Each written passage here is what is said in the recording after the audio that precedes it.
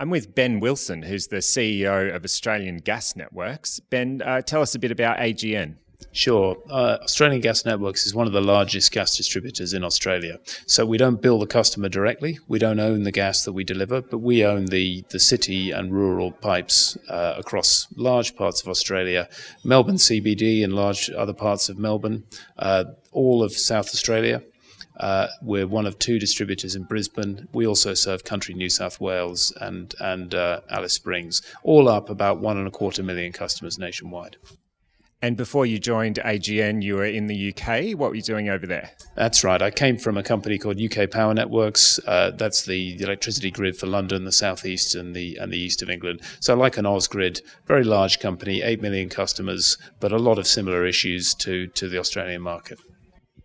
Now, Ben, there's a huge focus at the moment on technological innovation in electricity, but can you tell us a bit about the kinds of things that we're seeing in the innovation space when it comes to gas?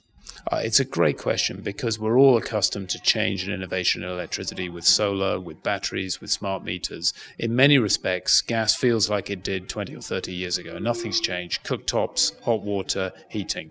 Actually, gas has an innovation journey. It has a decarbonisation journey to go on, just in the same way that electricity has. Today, gas is a very low carbon fuel when burnt directly in the home. It's equivalent to mains electricity, which is roughly half from gas-fired generation, half from renewables. So today, it's a low carbon alternative.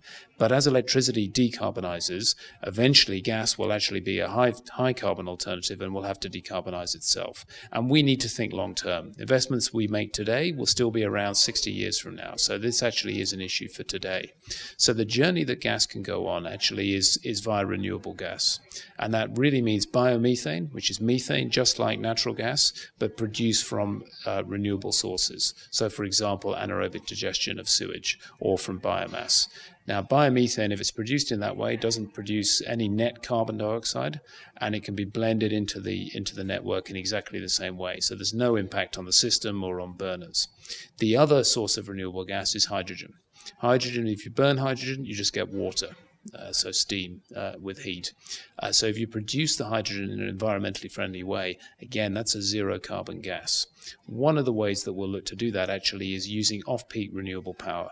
And we're working on an innovation project in South Australia that will do that. So we'll take electricity in the middle of the night, which is all wind power in South Australia.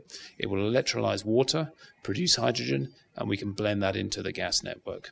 Now, you can blend probably 5 to 10% hydrogen into the network without any major changes.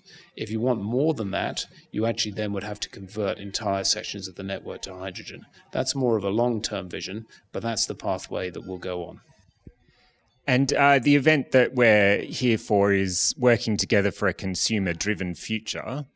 Very quickly, how are you trying to drive AGN towards the consumer-driven future? Our vision is to refocus the business to start with the customer. So we want to deliver for the customer. That's the first plank of our vision. Now, how do we do that? We do it by week in, week out, month in, month out, measuring what our customers actually feel about the performance that we deliver. So we survey people that have a connection with us, that we've unfortunately interrupted, or that we've had to do a planned interruption while we do mains replacement. We ask them a series of questions about the service they've received and overall how satisfied they are. And those scores are measured monthly.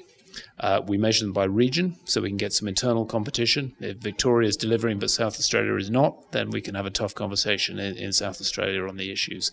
And there's nothing like a measurable KPI to really refocus. And where you get to, and I've been on this journey before in the UK, is after a while the whole business is sitting there every month. What are the scores going to be like this month? And so that's how they're really thinking customer. Well, I think from an Australian perspective, it's fair to say that's an industry-leading perspective. So good luck with it. Thank you, Ben. Thank you.